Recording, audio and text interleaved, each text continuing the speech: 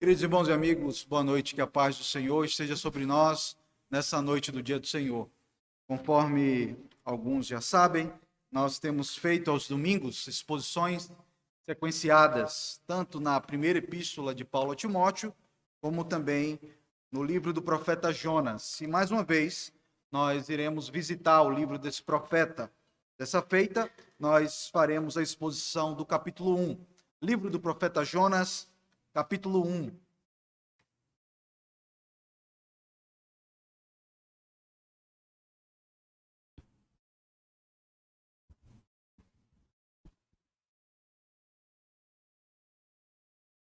Livro do profeta Jonas, capítulo 1.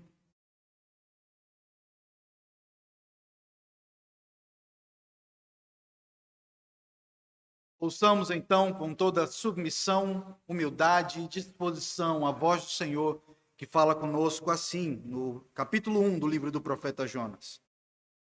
Veio a palavra do Senhor a Jonas, filho de Amitai, dizendo: Dispõe-te, vai à grande cidade de Nínive e clama contra ela, porque a sua malícia subiu até mim.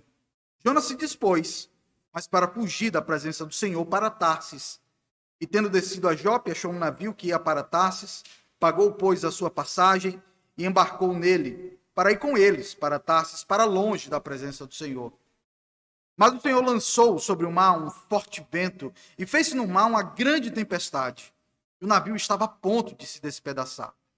Então os marinheiros, cheios de medo, clamavam cada um ao seu Deus e lançavam ao mar a carga que estava no navio, para o aliviarem do peso dela.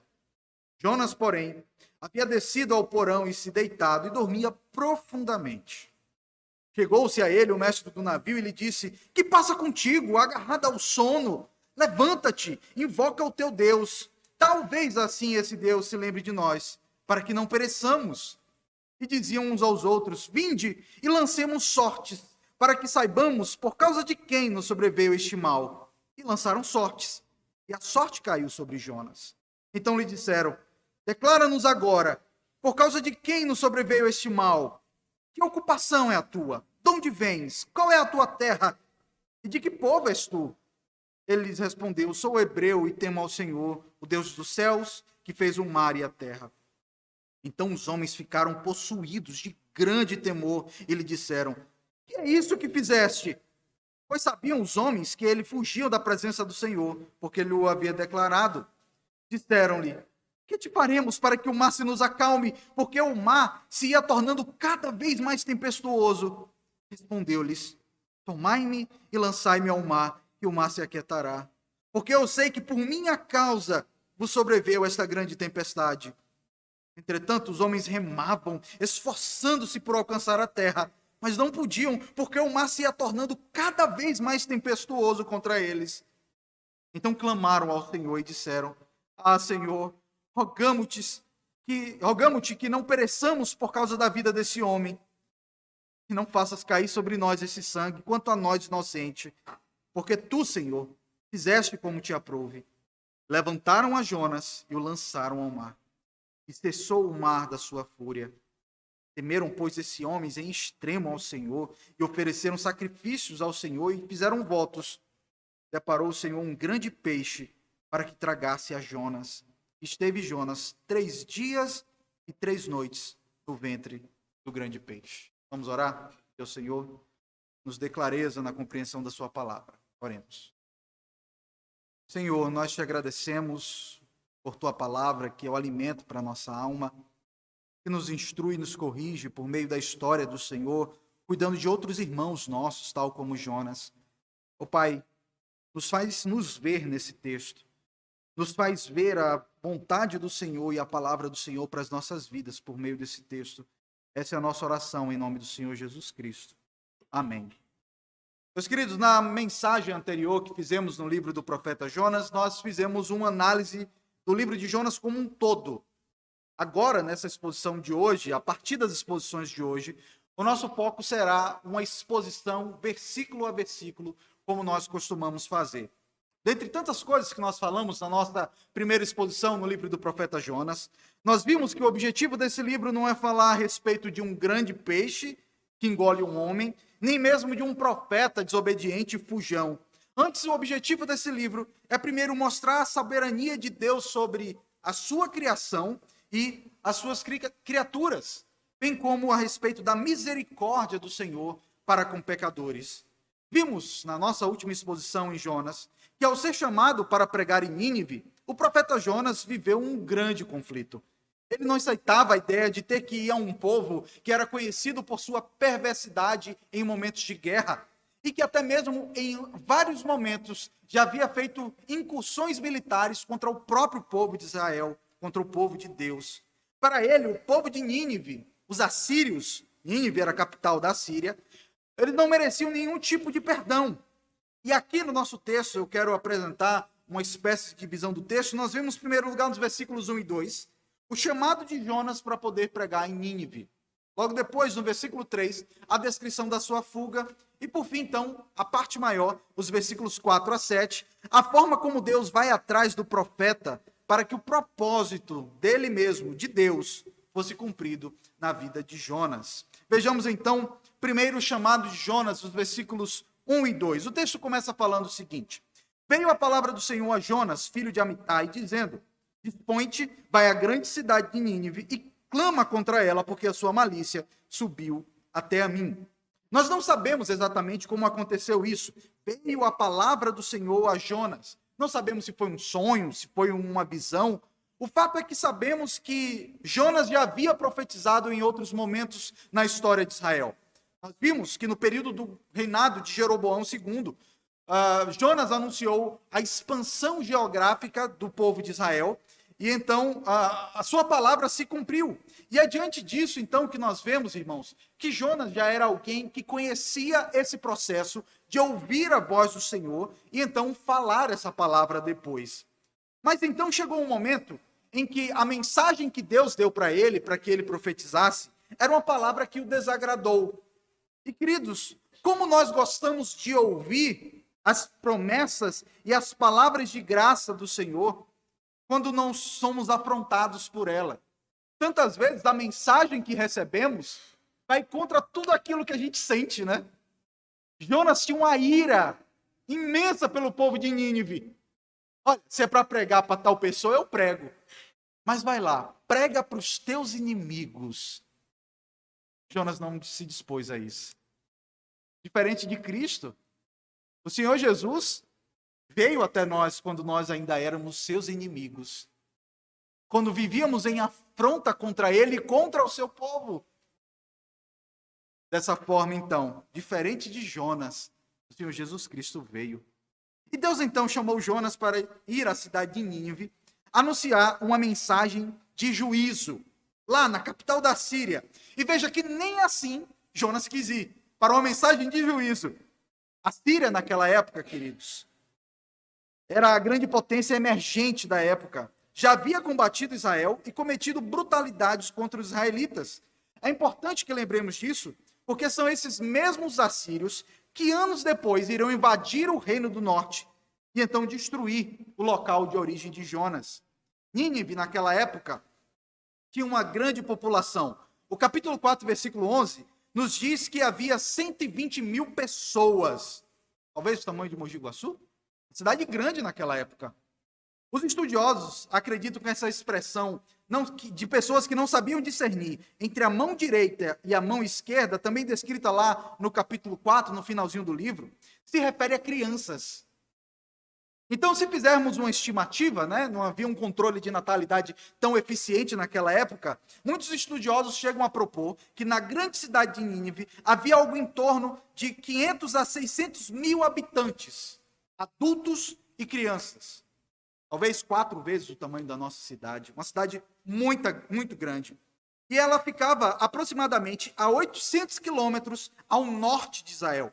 Assim, Jonas teria que fazer uma longa viagem para fazer essa pregação, sendo assim, o único profeta de todo o Antigo Testamento que é chamado para pregar fora de Israel. E no versículo 2, vemos o motivo pelo qual o Senhor mandou Jonas até lá, porque a malícia de Nínive chegou até o Senhor. Ou seja, a maldade como eles estavam tratando outras pessoas em momento de guerra, deixou o Senhor indignado. Então é como se Deus dissesse: chega, vamos acabar com isso, e eu vou começar acabando com isso, mandando o meu profeta até lá. E essa malícia estava vinculada, queridos, com a maneira como eles conquistavam os outros povos, com o seu exército poderoso e cruel. Provavelmente os assírios nunca haviam falado antes em Deus. Eles eram politeístas, os assírios. Mas isso não significava que eles também não fossem, que o Senhor não fosse soberano sobre os assírios. Diante disso, Deus decide mandar então um profeta para adverti-los sobre o juízo que haveria de vir sobre eles. Isso nos mostra, queridos, basicamente duas coisas. Primeiro, que Deus vê todas as atrocidades que os homens fazem.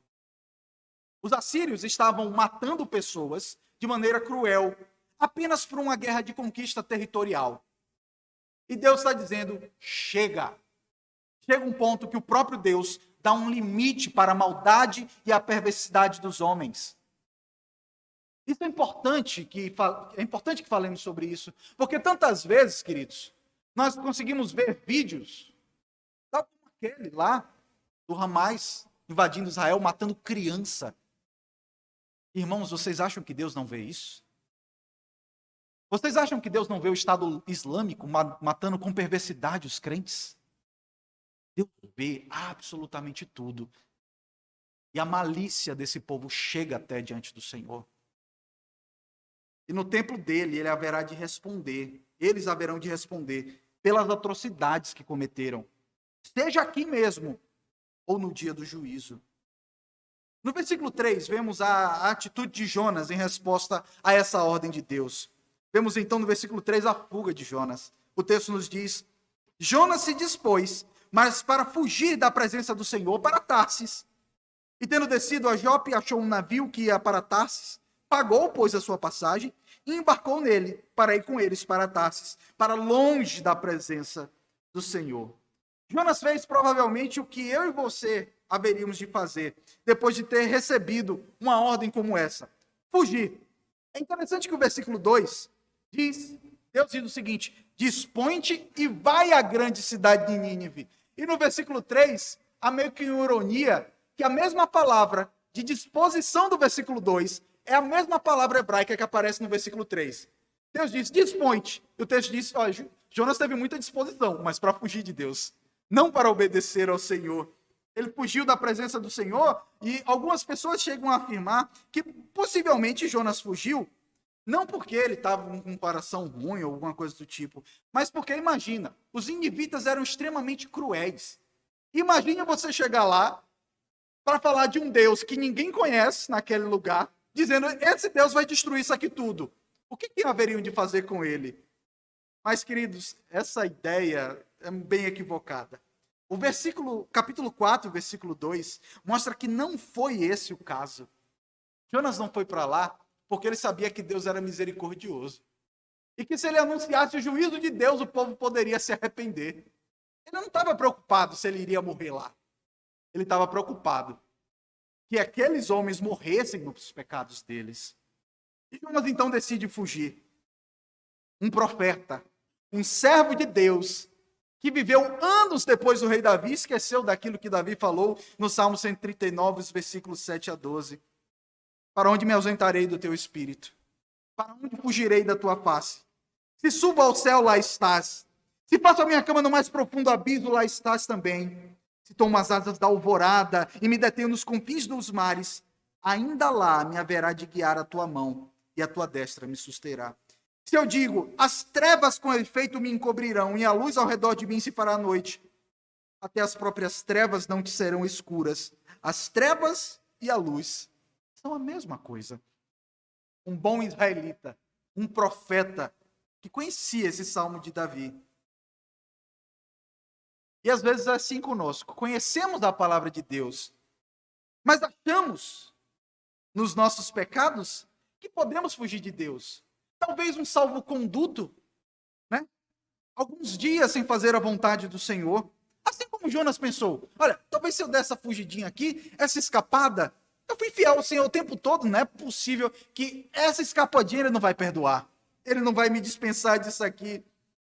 Mas, queridos, Deus vai cumprir em nós o seu propósito, e o propósito dele é a nossa santificação. Deus não deixa que os seus servos pequem com sucesso. Deus não deixa que aqueles que pertencem a ele pequem com sucesso. Por mais que ele quisesse fugir, o Senhor encontraria e cumpriria a vontade dele na vida de Jonas. E eu creio que aqui podemos ver que havia um propósito duplo de Deus. Primeiro, Deus queria trabalhar por meio de Jonas. Jonas deveria ir ali à cidade de Nínive, pregar, e isso haveria de causar, como nós vemos no capítulo 3, o maior avivamento da história. Uma cidade inteira se convertendo. Mas Deus não queria trabalhar apenas por meio de Jonas, mas também trabalhar em Jonas. Deus queria trabalhar em Jonas a necessidade da misericórdia e perdão para com aqueles que se arrependem. E essa é uma das maravilhas de servir a Deus. Essa é uma das maravilhas de pregar o evangelho. Porque enquanto anunciamos a palavra de Deus, enquanto somos usados por Deus, Deus trabalha em nós. É por isso, queridos, que quando eu falo aqui a respeito de chamar pessoas para dar aula para as crianças, engajadas com o ensino, sabe aqui, a pessoa mais beneficiada é quem dá aula.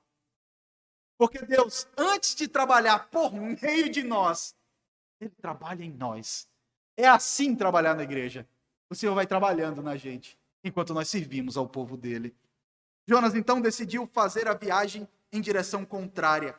O versículo 3 diz ainda que Jonas foi para Jope, a cidade portuária, com o objetivo de ir para Tarsis. Jope ficava próximo da região da onde Jonas ficava. Então, ele vai para Jope, uma cidade portuária, para de lá, então, ir para Tarsis.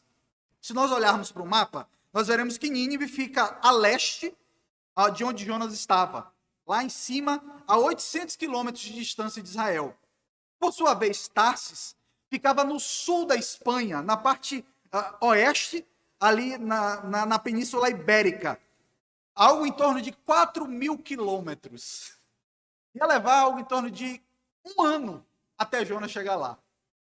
Então, 800 quilômetros ou 4.000 quilômetros. Jonas disse, eu vou para 4.000 quilômetros. Na direção oposta, para não ter perigo. Se Deus me mandar de novo para lá. Vemos assim, irmãos, o coração de Jonas repudiando o mandamento de Deus. E a pergunta é, mas meu Deus, esse homem não era um homem crente? Esse homem não era um homem crente? Por que ele fazia isso? A resposta lá no capítulo 4, versículo 2. Senhor, tá vendo? É por isso que eu não queria vir aqui. Porque eu sei que o Senhor é misericordioso. O Senhor ia perdoar esse povo.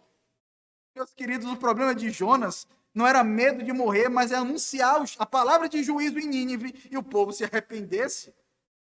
Ele não queria que as misericórdias que foram exercidas sobre ele fossem exercidas sobre os seus inimigos.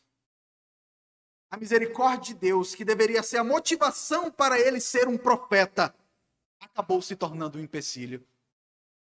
O que me faz vir aqui? Pregar o evangelho. A motivação é a misericórdia de Deus, a graça de Deus. Mas foi esse o empecilho de Jonas, de ir pregar. Porque Deus é gracioso, eu não quero ir pregar. Quando deveria ser, porque Deus é gracioso, eu irei pregar. Assim somos nós. Ficamos escolhendo quem Deus pode salvar. Olha, essa pessoa fez muito mal para mim. Quero mais que ela se exploda para lá. Que ela fique bem longe de mim. Misericórdia sobre ela? De jeito nenhum. Mas então, nos versículos 4 a 10, vemos que a atitude de Jonas não ficou impune. Como eu falei, pecadores que pertencem a Deus não pecam com sucesso. Os versículos 4 a 10 mostram que Jonas não era dono da sua própria vida. Deus poderia chamar outro profeta. Deus chamou Jonas. Jonas fugiu. Tá bom, vai embora. Pega teu rumo. Será que não havia outro profeta em Israel? Muito possivelmente havia vários. Mas Deus queria aquele, não era outro, era aquele que haveria de ir lá. E Deus mostrou a sua soberania sobre a vida de Jonas. E a pergunta é, onde estava o livre-arbítrio de Jonas, né? Cadê esse livre-arbítrio de Jonas? Deus disse, é você que vai, não é outro profeta. E no versículo 4 vemos que quando Jonas estava fugindo para Tarsis, o Senhor mandou uma tempestade, pois o texto nos diz, versículo 4, mas o Senhor lançou sobre o mar um forte vento, E fez-se no mar uma grande tempestade, o navio estava a ponto de se despedaçar. Provavelmente os marinheiros já haviam visto outras tempestades, mas aquela tempestade era bem diferente. Diferente do normal, era muito forte. E a tempestade era tão forte que o navio começava a fazer aquele barulho de craquelar, sabe? Parecendo que está partindo as madeiras por dentro. E aí eles começaram a ficar apavorados. Esse navio vai partir, vai afundar esse negócio. E numa tempestade, logo, a gente não vai sobreviver. Então, no versículo 5, vemos que a tempestade deixou os marinheiros cheios de medo. E eles começaram a clamar a Deus. Veja, então os marinheiros, cheios de medo, clamavam cada um ao seu Deus e lançavam ao mar a carga que estava no navio, para o aliviarem do peso dela. Jonas, porém, havia descido ao porão e se deitado, e dormia profundamente. É interessante que na hora que o pitbull está solto, ou quando o avião começa a cair, não tem ateu, né? Todo mundo começa a pedir a um Deus que ajude. Todo mundo vira religioso na hora da doença, na hora da dificuldade. Além disso, além de buscarem as suas divindades, eles começaram a jogar carga no mar, aliviando então o peso do navio, deixando ele mais leve para que ele não viesse a afundar. O que indica que provavelmente esse era um navio mercante, que levava material de um lugar para outro. Enquanto isso, tinha lá o crente, no porão do navio, dormindo profundamente. Em meio a uma tempestade, em pecado contra Deus. Irmãos, isso mostra que Jonas fugiu para Tarsis sem nenhum conflito de coração em relação à sua desobediência. E então, queridos, não pense que quando nós cometemos um pecado e você dorme em paz com esse pecado, que está tudo bem com você. Você pode, sim, se encaixar naquilo que Paulo fala na sua primeira epístola a Timóteo, de pessoas que estão com uma mente cauterizada, insensível até o próprio pecado. Não pense que porque você não sente a dor e o peso do seu pecado, que está tudo ok. Não é porque você dorme em paz, porque depois que você peca, que está tudo bem, não.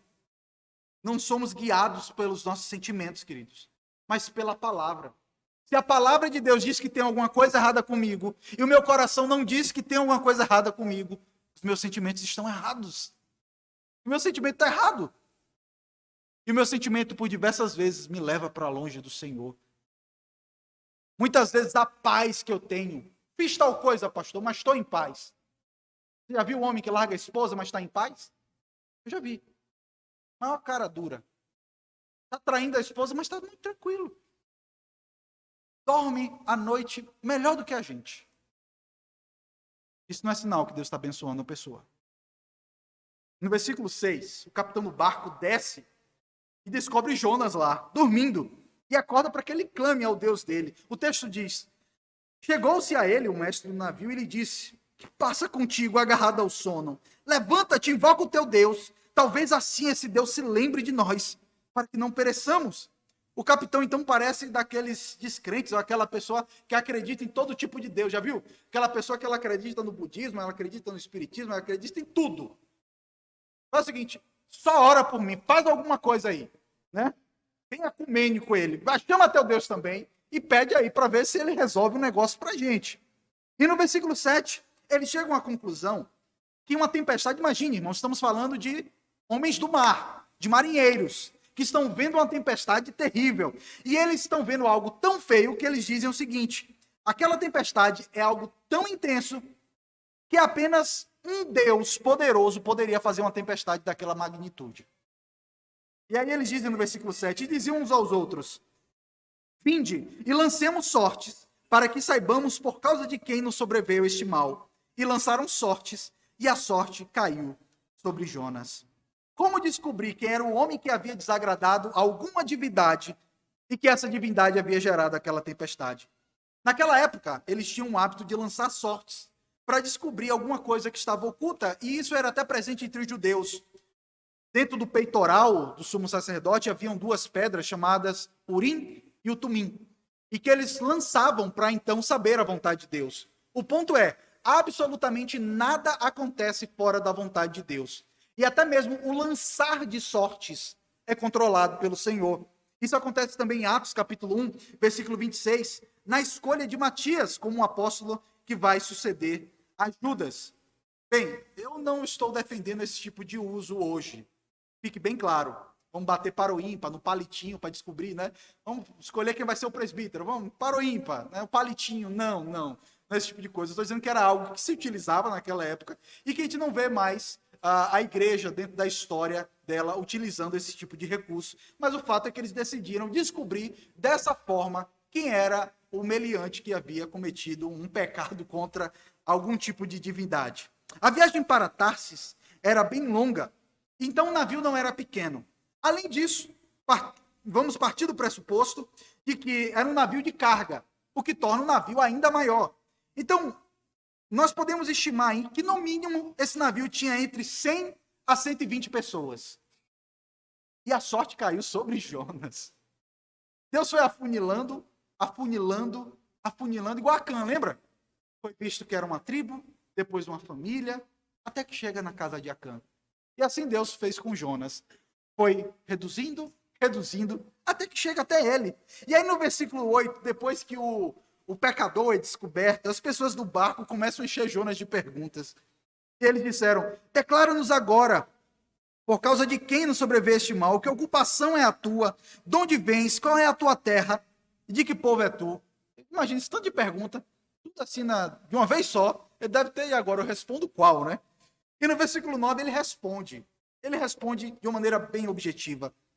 Ele lhes respondeu: sou hebreu e temo ao Senhor, Deus do céu, que fez o mar e a terra. Ele fala então quem é aquele a quem ele serve. É o Senhor. Percebam que o nome está escrito aí, indicando o nome pactual de Deus. Ele diz: eu sirvo ao Deus de Israel. Esse Deus, segundo ele, é o Deus dos céus. Mas esse Deus dos céus, diz ele, fez o mar e a terra. A pergunta é lógico, se esse Deus que você diz servir, Jonas, é o Deus do céu, quem está no céu tem uma visão privilegiada. O que está acontecendo aqui? Além disso, ele é o que criou a terra e o mar. Naquela época não tinha avião. Então ninguém podia fugir voando. Só podia fugir pela terra e pelo mar. E o Deus que ele serve era o Deus da terra e do mar. O povo olhou para a cara e disse: você é maluco? Imagine, irmãos, dentro da cultura grega, Poseidon era visto como Deus das águas, do mar. E aí o cara quer fugir de Poseidon, por onde que ele vai fugir? Pelo mar. É doido. Tem que fugir pela terra, porque Poseidon é o Deus do mar. Mas o Deus de Jonas era diferente. Não era um Deus de um cantinho da criação. Era o Deus de toda a criação. E aí os homens ficaram apavorados. Será esse homem maluco? Como consequência, eles ficaram possuídos de temor. Vejam, versículo 10. Então os homens ficaram possuídos de grande temor. E lhe disseram: que é isso que fizeste? Pois sabiam os homens que ele fugia da presença do Senhor, porque ele o havia declarado. Percebam que no versículo 5, os marinheiros estavam cheios de medo da tempestade. Quando chega no versículo 10, o texto diz que eles tiveram um grande temor, não mais da tempestade, mas do temor do Senhor que controla a tempestade. Do Senhor dos céus, que manda no mar e que manda na terra. Eles perceberam que não era qualquer divindade com que eles estavam lidando. E eles não iriam escapar. Eles estavam perdidos. Os marinheiros devem ter pensado: como que esse homem foi tão insensato? E fica claro também que Jonas contou para eles qual o motivo que estava acontecendo aquela tempestade. Eu fugi de Deus. Eu sirvo a esse Deus, estou fugindo dele. Tanto que quando chega nos versículos 11 a 15, é descrito o castigo de Jonas. E aí o versículo 11, os marinheiros perguntam o que deveriam fazer com ele para que aquela tempestade acalmasse. Versículo 11. Disseram-lhe: que te faremos para que o mar se nos acalme? Porque o mar se ia tornando cada vez mais tempestuoso. Se Jonas foi o motivo da tempestade, é ele que deveria sofrer para que aquela tempestade cessasse. E o texto diz que à medida em que eles lançaram sortes, inquiriram Jonas, a tempestade só ia piorando, cada vez pior. Enquanto a vontade de Deus não se estabelece, Deus só vai piorando a coisa mesmo, gente. Ele só vai deixando a coisa mais difícil. Então, no versículo 12, Jonas dá uma solução. consciente que não tem como fugir da presença de Deus e nem daquela tempestade, ele deveria ser lançado ao mar. Versículo 12. Respondeu-lhes: tomai-me e lançai-me ao mar, e o mar se aquietará. Porque eu sei que por minha causa vos sobreveio esta grande tempestade. Aqui no versículo 12 nós vemos que Jonas era um cara crente, com todo defeito. Mas ele disse: pequei contra o Senhor. Fui eu que pequei. Quem foi o homem? Eu fui o homem que pecou contra o Senhor. E percebam que nos versículos 1 e 2, Jonas recebe uma revelação da parte de Deus. Já no versículo 12, ele reconheceu o seu pecado sem precisar de revelação nenhuma. Porque às vezes a gente fica esperando revelação, né? Deus fazer alguma coisa muito espetacular. Mas no versículo 1, Deus fez algo espetacular e Jonas... Mas quando chega no versículo 12, Deus usou recursos naturais para mostrar que ele deveria mudar a sua caminhada. E muitas vezes é assim, irmãos, na nossa vida. Nós não precisamos de revelações para tomar decisões, para analisar a nossa vida à luz da Bíblia. Basta ver o óbvio. Por que o negócio está errado? Ver o óbvio, irmãos. Porque eu estou andando contra a vontade de Deus. É isso que está acontecendo. E ele percebeu, irmãos, que o seu pecado estava colocando a vida de outras pessoas em risco e que ele deveria ser lançado ao mar. Possivelmente, Jonas acreditava que Deus queria matar ele, desobedecer a Deus, teria sua morte. Jogá-lo no mar, no meio de uma tempestade, isso seria o mesmo que matar Jonas. Não tinha nenhuma garantia que isso ia resolver o problema. Ele estava pulando no mar, sem nada para se segurar no meio da tempestade. E então, no versículo 13, nós vemos que os marinheiros não quiseram fazer isso. No versículo 13, nós vemos que os homens começaram a remar, se esforçando por alcançar a terra, para que Jonas não fosse alcançado ao mar, o que nos mostra que a tempestade começou logo depois que o navio saiu dali do cais, porque eles viam a praia. Então, possivelmente, começou a navegar um pouquinho, do nada veio a tempestade. Aqui, geralmente, o céu vai ficando escuro, começa a trovejar, não. Lá o negócio virou do nada. E aí, esses homens ficaram numa situação bem complicada, queridos. Faço o que esse homem está mandando e digo, e acabo com o problema que está dentro do navio, porque tem um homem que está desobedecendo ao Deus que controla o mar. Mas também tem um problema que se eu mato esse homem que é um profeta de Deus, o que é que me garante que depois esse Deus dele não vai contra mim? É basicamente isso. Então, na dúvida, vamos remar de volta e te deixa o cidadão lá e resolve o problema. Então eles começaram, versículo 13, entretanto os homens remavam, esforçando-se por alcançar a terra, mas não podiam, porquanto o mar se ia tornando cada vez mais tempestuoso contra eles. Quanto mais eles queriam salvar Jonas, mais Deus dizia, não, vai ser jogado no mar, vai ser lançado no mar. E nós somos tantas vezes como esses homens que remam contra a vontade de Deus e só encontramos paz quando desistimos de fazer as coisas com os nossos próprios esforços e simplesmente obedecemos a Deus. No versículo 14, vemos que eles desistiram de remar e passaram a clamar a Deus. Eu não sei quantos aqui já assistiram O Alto da Compadecida. Para mim, aquele filme é um espetáculo. Tem uma cena do cangaceiro que ele diz assim, eu não gosto de matar padre, não. Eu mato, mas não gosto. Já viu? Ou seja, a gente não quer fazer isso. A gente faz, mas não gosta. É basicamente isso. A gente vai matar esse homem, lançando ele no mar, mas deixa eu orar primeiro. Porque no versículo 14 eles oram. Tá? Eles fazem aqui a oração antes de matar Jonas. Pelo menos são bem espirituosos, né? Então clamaram ao Senhor e disseram, basicamente, Senhor, limpa a minha barra. Tá? A gente vai matar ele, tá? Mas eu não tenho nada a ver com isso, é ele que está mandando. Veja, então eles disseram, Senhor, rogamos-te que não pereçamos por causa da vida desse homem, e que não faça cair sobre nós esse sangue, quanto a nós inocente. Eles estavam matando um profeta de Deus, mas estão dizendo, olha, ele não fez nada para a gente não, viu? Eu não tenho nada contra ele. Pessoa boníssima, nunca fez um mal para a gente. Porque tu, Senhor, fizeste como te aprouve. Vai ser assim porque o Senhor quer, assim. Não tem outro jeito, né? A gente está tentando deixar ele lá na praia, mas o Senhor não quer, assim.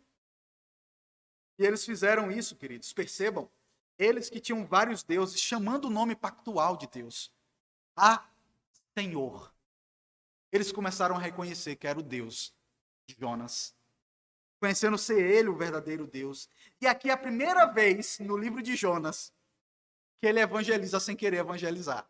Às vezes a gente pensa que só em Nínive ele fez isso. Mas quando ele disse, eu sou um hebreu, sou um servo do Senhor, ali ele já estava evangelizando, contra a vontade dele. Tanto que esses homens se convertem com aquela pequena mensagem de Jonas. Já pensou? É quase que uma tuitada, uma pessoa se converte, gente.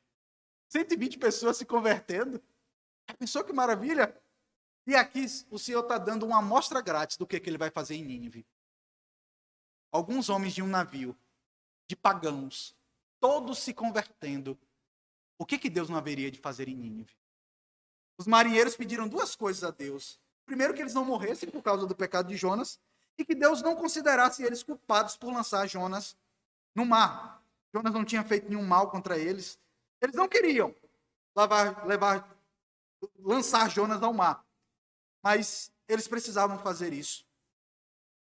E então no versículo 15, temos a descrição da cena.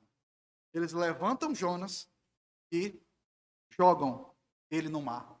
E o mar imediatamente cessa sua fúria. Versículo 15. E levantaram a Jonas e o lançaram ao mar. E cessou o mar da sua fúria. Será que a gente já viu isso antes? Alguém que é todo poderoso e que faz a tempestade parar do nada, abruptamente.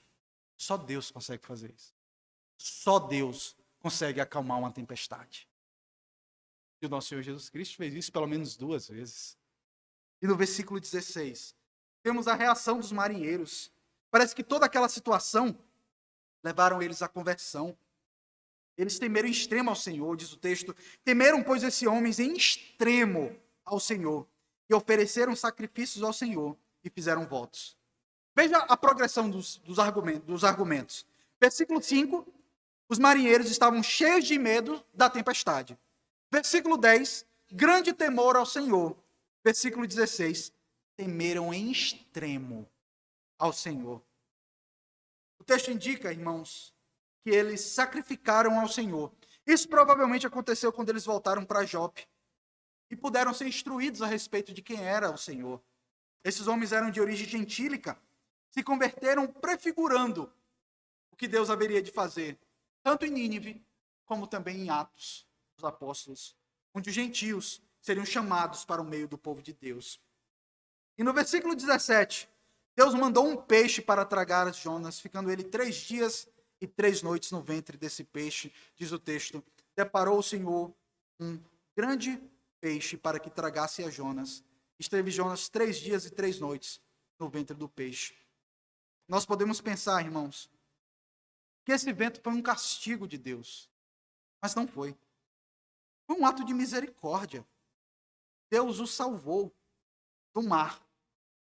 Deus o salvou da sua desobediência. O peixe, irmãos, não veio para exercer juízo sobre Jonas. O grande peixe veio para salvar Jonas dele mesmo. Obviamente, houve aqui um evento milagroso. Houve um milagre aqui. 3 dias e 3 noites dentro de um grande animal. Aí a pergunta, né? Que animal poderia ter sido esse? Aí é futuro inútil, né? E aí algumas pessoas podem dizer, não, foi uma baleia cachalote. Ou então um tubarão-baleia. Qual? A gente não sabe. Não põe a espécie lá. Diz só que é um grande peixe. Certo? E então, o fato é que ele milagrosamente ficou vivo dentro desse animal por 3 dias completos. Mas, meus queridos, nós sabemos que o maior milagre de Deus não foi Jonas passar 3 dias e 3 noites no ventre do grande. Deus poderia manter Jonas vivo ali. Mas foi um homem, de fato, morrer, espancado, destruído, moído e ressuscitar depois de 3 dias.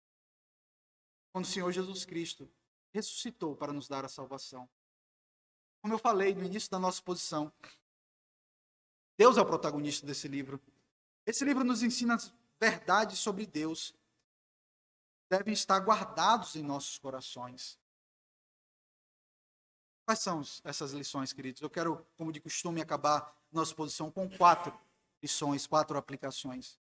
A primeira lição é que Deus é soberano sobre toda a criação e controla todos os eventos. O Deus a quem servimos é o Deus dos céus, do mar, da terra, tudo está debaixo do controle dele. Ele controlou a tempestade. Ele controlou o grande peixe. Absolutamente tudo. Debaixo do controle do Senhor.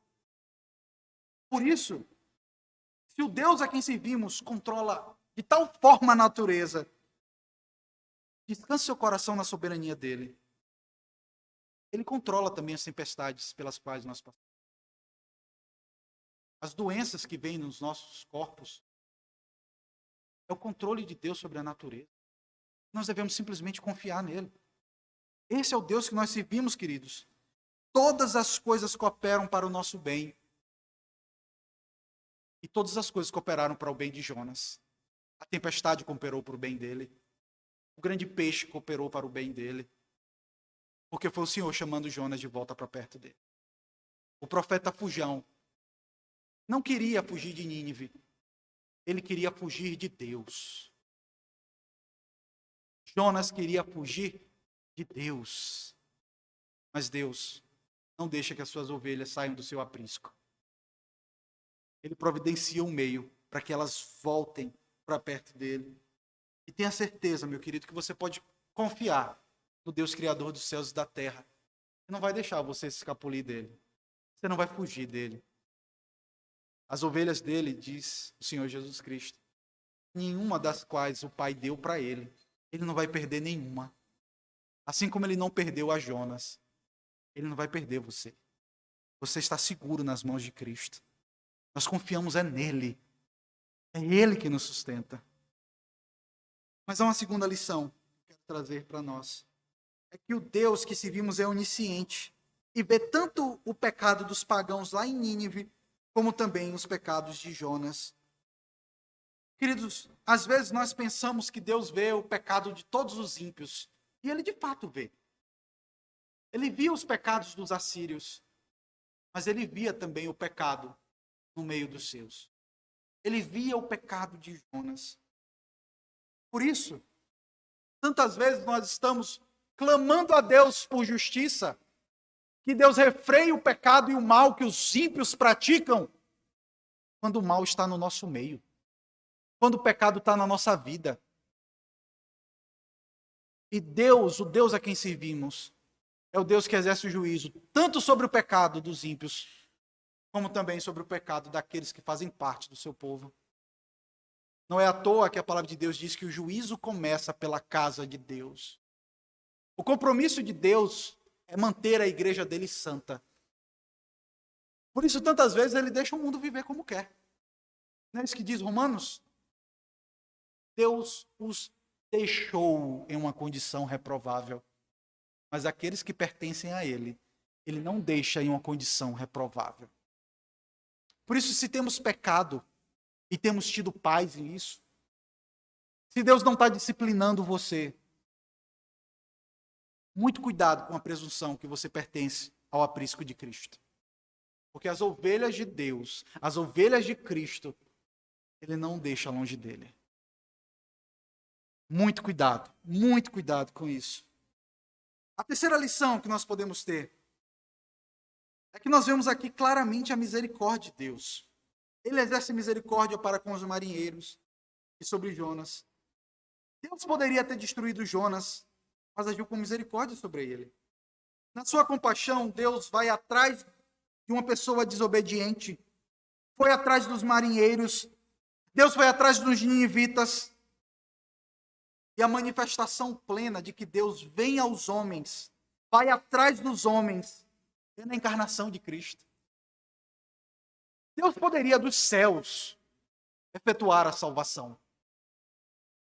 Mas ele veio até aqui buscar as suas ovelhas. Buscar aqueles que pertencem a ele. Ele não ficou só nos céus, mas veio até nós. Com a sua compaixão, Deus enviou o seu Filho para morrer pelos nossos pecados. Queridos, Jonas entrou num grande peixe por causa do seu próprio pecado. Jesus foi sepultado sendo santo. O que nós vemos diante disso? O que nós devemos ter em nosso coração? É que assim, de fato, como Jonas esteve 3 dias e 3 noites no ventre de um grande peixe, ficou vivo. E Cristo esteve 3 dias também sepultado, mas ressurgiu ao 3º dia. Jonas foi para o grande peixe por causa dos seus pecados, seus próprios pecados. E Jesus ficou sepultado pelos nossos pecados. Como não amar a esse Deus que vem até nós e diz: eu pago o preço pelo perdão dos seus pecados. Eu resolvo o problema de vocês. Vocês não estarão alheios, mas vocês estarão juntos a mim. A quarta e última lição, queridos, é que não há como fugir desse Deus. Se você sabe o que Deus quer de você, não dê desculpa. Obedeça conforme a palavra dele. Deixa eu lhe falar. Você não vai conseguir fugir dele. Deus vai atrás de você. Bondade e misericórdia certamente me seguirão todos. Deus não vai atrás da gente porque ele quer acabar com a nossa liberdade. Mas ele vai atrás da gente com a bondade e a misericórdia dele. E foi o que ele fez indo atrás de Jonas.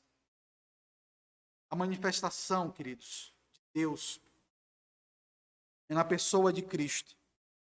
Nos faz olhar para nós mesmos e vemos que somos pecadores.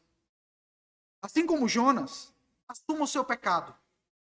Jonas não culpou os assírios, Jonas não culpou os marinheiros, Jonas não culpou os judeus. Ele assumiu a responsabilidade pelo seu pecado. E Deus em Cristo teve misericórdia de Jonas. E ele tem misericórdia da gente também. Eu quero me dirigir a você que está aqui conosco nessa noite e que não tem Jesus como seu único e suficiente Salvador. Não tem como fugir desse Deus. Ele fez os céus e a terra. Aonde você vai se esconder dele? Você não tem como fugir do amor dele na pessoa de Cristo. Você não tem como fugir do juízo dele na pessoa de Cristo. E é nessa noite que esse mesmo Deus que foi atrás de Jonas, ele vem atrás de você nessa noite, dizendo: arrependa-se do seu pecado e há uma salvação.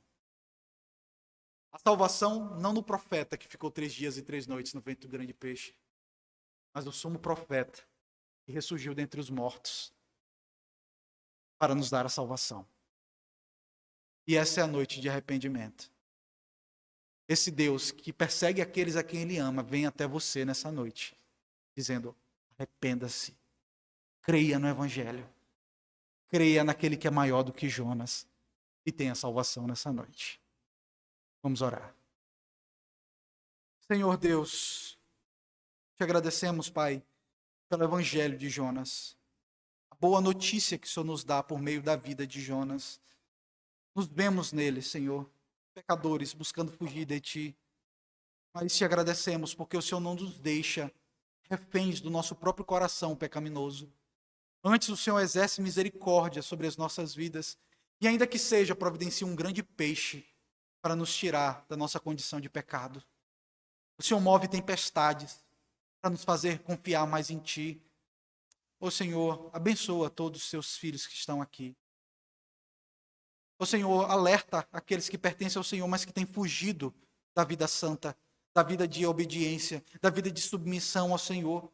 Que por meio da graça que há em Cristo Jesus, eles possam, Senhor, se arrepender, deixar de pôr a culpa no outro, assumir o próprio ônus de todos os seus pecados e rogarem misericórdia ao Senhor. Senhor, nós pedimos também que essa noite seja uma noite de conversão, Senhor. É o Teu Santo Espírito que mudou o coração, mudou o coração desses marinheiros. E é o Teu Santo Espírito, mesmo o Espírito que transformou a vida desses homens no navio, é que transforma vidas até hoje, que convence o homem do pecado, da justiça e do juízo. Que nessa noite, Senhor, aqueles que não servem ao Senhor abandonem os falsos deuses, que eles possam conhecer o Deus dos céus que criou o mar e a terra, a pessoa bendita do seu Filho, Senhor Jesus Cristo, que vem até nós para nos salvar dos nossos pecados. Nós confiamos em Ti, Senhor Deus, Deus Pai, Filho e Espírito Santo. Aplique a Tua palavra de maneira eficiente no nosso meio. Essa é a nossa oração em nome de Jesus. Amém.